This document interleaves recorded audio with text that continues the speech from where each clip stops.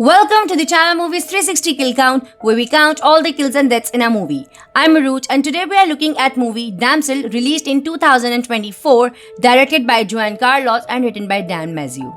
Damsel is a monster creature movie in which we see a young woman, Elodie, meets a handsome prince and they fall in love. At their wedding, it is revealed that the prince had more sinister reasons for courting her. She is to be sacrificed to a dragon that has been terrorizing the kingdom. Elodie now has to fight for survival. Now let's see the kills and deaths of movie Damsel, and don't forget to subscribe my channel.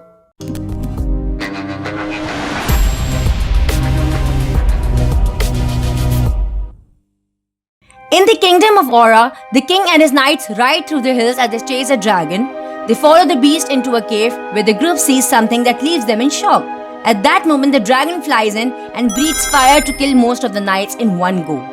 Then she uses her tail to capture the remaining knights one by one and kills them too. Lastly, she approaches the king, who falls to his knees to wait for the end.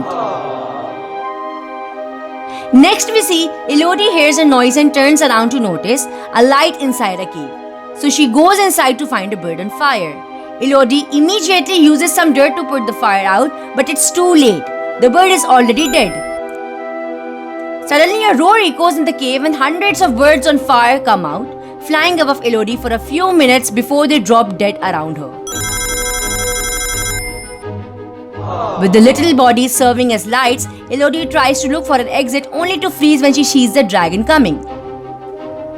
Elodie runs to hide behind a stalagmite as the dragon starts talking.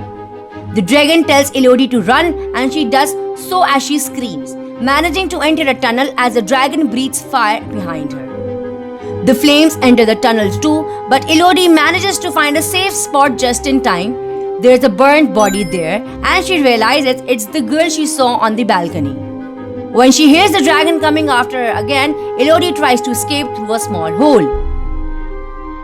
Elodie hurries up and finally reaches the exit, only to discover she's on the edge of a hole very high in the side of the mountain. Devastated, Elodie falls to her knees and cries. She tries yelling for help, but at that moment the dragon flies towards her and covers the hole. Elodie steps back just in time. Nearby there is a body, meaning Victoria died there and never got out. The dragon gets her fire ready, only to stop when she hears a male voice calling out Elodie's name, while the dragon flies off to investigate. When Elodie takes a new tunnel, she's shocked to find a nest with 3 dead baby dragons, which makes her realize Isabel had been lying. The dragon hadn't been the last of her kind and she hadn't struck first. A flashback reveals that the king had entered the tavern precisely to kill all the babies. So the dragon's attack had been an act of revenge. She killed all the knights as seen in the beginning, but when it was the king's turn, the dragon told him death would be too easy and he should suffer the same way she did. We see Elodie finds her father and his men, but she doesn't show herself yet for safety. The dragon shows up and grabs a knight, taking him for a flight before dropping him from a great height. The knight bounces on the rocks and crashes to the ground, instantly dying.